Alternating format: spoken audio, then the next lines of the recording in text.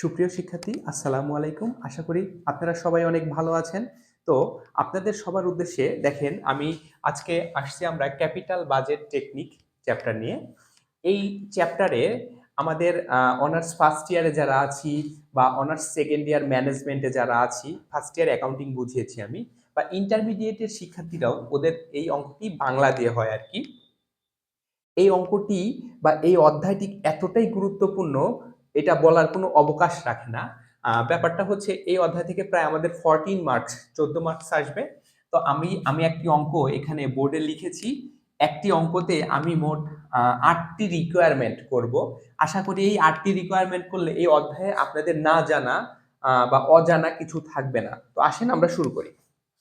প্রথমে আমাদের বলছে a company is considering an investment proposal to initial a new machine at a cost of টাকা 50,000। অর্থাৎ একটা কোম্পানি একটা নতুন মেশিন ক্রয় করার জন্য বা ইনস্টল করার জন্য একটা কি করছে, প্রপোজাল বা প্রস্তাবনা তৈরি করেছে বা করছে। The facility has a life expectancy of 5 years and no salvage value। এই মেশিনটার এক কথায় আয়ুষ্কাল 5 বছর এবং কোনো ভগ্নাবশেষ মূল্য নেই। The tax rate is 35%। Tax rate মানে করের হার বা আয় করের হার কত আছে? 35%। ট্যাক্স মানে কর এখানে। Assume that the firm use straight line depreciation. Firm সরলরৈখিক পদ্ধতিতে কি করে? অবচয় ধার্য করে। And the same allowed for tax purpose, এবং ট্যাক্স পারপোজের ক্ষেত্রেও সেম কাজ করে। The estimated cash flow before depreciation and tax, অর্থাৎ সিএফবিটি আমাদের বলেই দিয়েছে, CFBT from the investment proposal are as follows. এখানে সিএফবিটি দেয়া আছে, এখানে কিছু চেয়েছে। আমরা সর্বপ্রথম যে জিনিসটার দিকে খেয়াল করব, লক্ষ্য করব, অঙ্কের মধ্যে যদি সিএফবিটি দেয়া থাকে তাহলে আমরা কি করব? সিএফ এটি বাহির করব। সিএফবিটি দেয়া থাকলে আমরা কি করব? সিএফ এটিটা আমরা বাহির করে নিব। তাহলে দেখেন আমরা একটা টেবিল করি এখানে।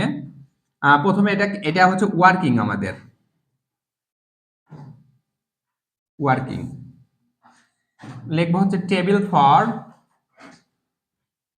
ক্যালকুলেশন।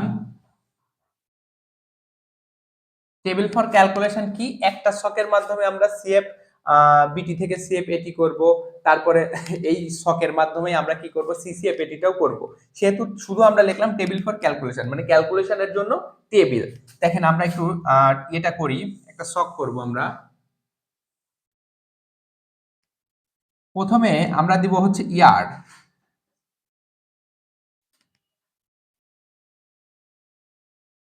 উপরে আমরা একটু সংকেত দিয়ে দিব, তারপর সিএফ বিটি, তারপরে আমরা দিব ডেপ্রিসিয়েশন, তারপরে আমরা দিব ইবিটি, আর্নিং বিফোর ট্যাক্স, তারপরে দিব কি? Tax at the rate of 35%, তারপরে আমরা দিব কি? ইএটি,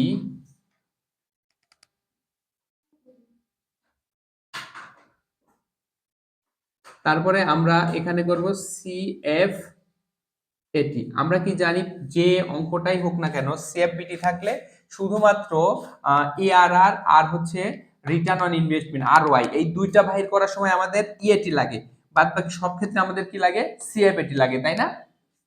তাহলে দেখেন আমরা একটু ক্যালকুলেশন করি। 1 2 3 4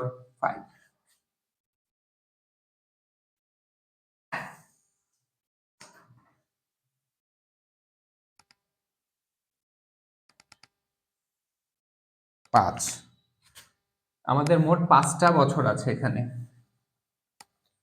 তাহলে খেয়াল করতে হবে আমাদের আমাদের সিএফবিটি গুলো কত আসছে দেখেন। 10,000, 10,692, 12,769, 13,462, এখানে সম্ভবত 20,085 হবে। আমি একটু দেখছি, যদি 20,385, এখানে 20,385 হবে, এখানে 20,385 85। এখন খেয়াল করি আমাদের কি লাগবে, ডেপ্রিসিয়েশন লাগবে না, আমাদের ডেপ্রিসিয়েশনটা লাগবে। এখন আমরা যদি ডেপ্রিসিয়েশন একটু পাশে বাহির করে নিই, দেখেন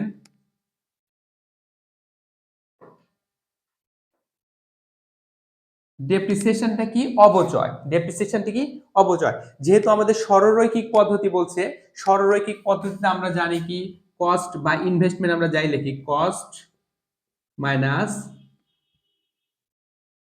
স্যালভেজ ভ্যালু ডিভাইডেড বাই কি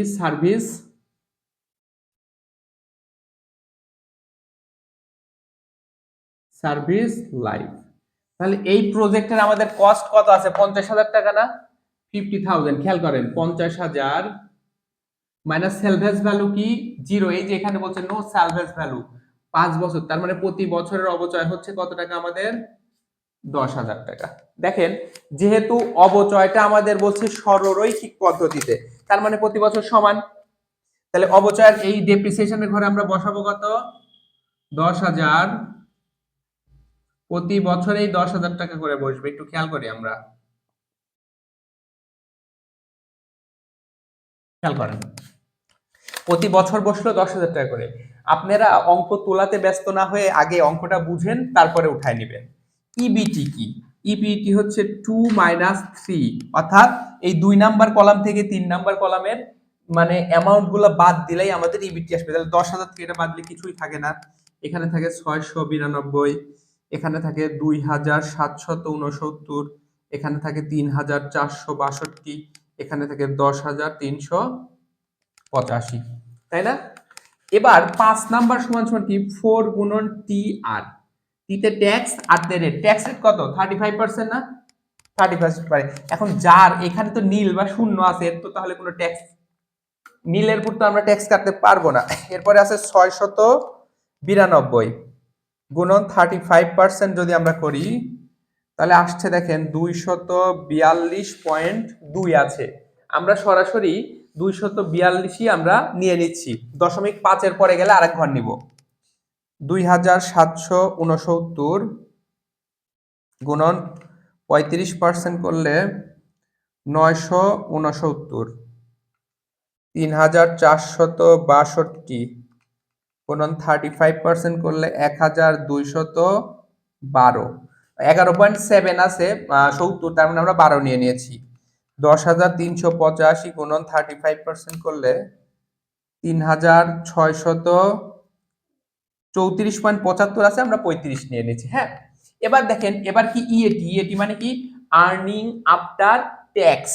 তাহলে এই 6 সমান সমান দেখেন 4 বিয়োগ 5, অর্থাৎ এই ঘর থেকে এই ঘর বাদ দিলে এখানে তো নরমালি নীল, এখানে 692 মাইনাস 242, তাহলে কত হচ্ছে 450, তাই না, 450 হচ্ছে। তারপরে দেখেন খেয়াল করেন এখানে আছে 2,769 মাইনাস 969, তাই না, এখানে হচ্ছে 1,800 টাকা, 3,462 মাইনাস 1,212, 2,250, 10,385 মাইনাস 3,635, 6,750। ইএটি পর্যন্ত পেয়েছি, তাই না? কিন্তু আমরা জানি কি অঙ্কে যদি সিএফবিটি থাকে তাহলে আমাদের কাঙ্ক্ষিত কি সিএফএটি পর্যন্ত বাইর করতে হয় না। সিএফএটি সমান সমান কি দেখেন 6 যোগ 3, অর্থাৎ ইএটির সঙ্গে যদি আমরা ডেপ্রিসিয়েশন 3 নাম্বার ঘরে ডেপ্রিসিয়েশন যোগ করি তাহলে আমাদের কি আসবে, সিএফএটি আসবে। তাহলে 10,000 আর এখানে নীল, তাহলে কি 10,000ই হবে।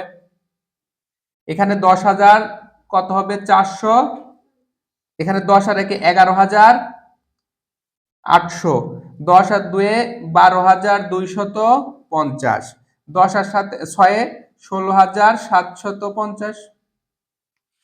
অর্থাৎ আমাদের অঙ্কে সিএফবিটি দেওয়া ছিল, সিএফএটিটা আমরা কি করেছি, বাহির করেছি। এখন দেখেন এখন আমরা মূল অঙ্কে চলে যাচ্ছি, এটা আমাদের ক্যালকুলেশন ছিল। আমাদের প্রথমে বলছে কি পে ব্যাক পিরিয়ড, আমি একটু মুছে দিচ্ছি। দেখেন পে ব্যাক পিরিয়ড মানে কি পিবিপি না, পে রিকোয়ারমেন্ট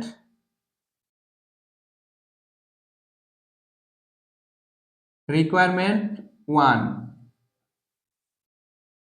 বলছে pay back period PBP. PBP সূত্র দেখেন, আমরা জানি PBP A plus NCO minus C divided by কি ডি। এটা কি পিবিপি সূত্র না? এখন দেখেন A plus NCO minus C divided by D. আমরা একটু এখানে একটু হেয়ার লিখছি এই অঙ্কটার। এনসিও, এনসিও মানে কি net cash outlay, net cash outlay, এক কথা বিনিয়োগ। তার মানে আমাদের কাছে যে টাকা চলে গেছে, বিনিয়োগ কত 50,000 টাকা না? তাহলে এখানে কত বসবে 50,000। এরপরে আমাদের এ লাগবে, সি লাগবে, ডি লাগবে। যেহেতু আমাদের এ সি ডি লাগবে, এটা ক্রমযোজিত না করে কি আমরা করতে পারবো? তখন আমরা এখানে একটা ঘর করব, এখানে কি অতিরিক্ত একটা কলাম করব, এটার নাম দেব হচ্ছে সিসিএফএটি। এর নাম দেব কি সিসিএফএটি, অর্থাৎ এই সিএফএটি টুকু আগেই ছিল, সামনে শুধু আমরা লাগাইছি সি। সিতে বোঝাচ্ছে কিউমুলেটিভ, সিতে কি কিউমুলেটিভ বা ক্রমযোজিত সিএফএটি। প্রথম বছর কত দেখেন তো, প্রথম বছর 10,000, পরের বছর আবার কি, তাহলে 10,400, 20,450 না, 20,450 যোগ এর পরের বছর 11,800, তাহলে 32,250 যোগ 12,250, 44,500, এর সাথে যোগ 16,750, তাহলে 61,250। এবার দেখেন আমাদের অঙ্কের জন্য আমরা আরো কিছু কাজ করতে হবে। আমাদের এই সিসিএফএটির ঘরে প্রথমে আমাদের যে বিনিয়োগ বা এনসিও, বিনিয়োগ বা এনসিও, সেটা আমাদের কিভাবে খুঁজে বাহির করতে হবে। কিভাবে করবো একটু খেয়াল করেন। প্রথমে এই ঘরে 50,000 খুঁজবে, এই ঘরে কি 50,000 আছে? 50,000 বলতে কি এখানে বিনিয়োগ কত 50,000, আমাকে খুঁজতে হবে কত 50,000। এখানে কি 50,000 আছে? নাই। 50,000 বা এক কথায় যেটা বিনিয়োগ সেটা আগে খুঁজবো, সেটার চেয়ে আমরা বড় নিতে পারবো না কখনো, সেটার চেয়েতে কখনোই আমরা বড়টা নিতে পারবো না। আমরা কি করবো কাছাকাছি ছোটটা। তাহলে 50,000 না পেলে কি এইটা কি সি না? এই যে 44,500 কাছাকাছি না?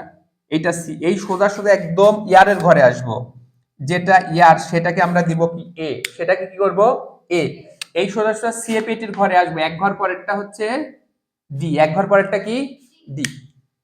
আপনাদের বুঝার স্বার্থে আমি আরেকবার বলছি, বিনিয়োগটা যত আছে সেটা খুঁজবো সিসিএফএটির এই ঘরে কলামে, পাই নাই, তাহলে বিনিয়োগের কাছাকাছি কমটা, কমটা হচ্ছে তাহলে কি 44,500, আর এটা তো বেশি হয়ে যাচ্ছে, তো 44,500টা সি, যেটা সি হয়েছে সেই সোজা সোজা এই বছর যে বছরটা আছে সেটা হচ্ছে এ।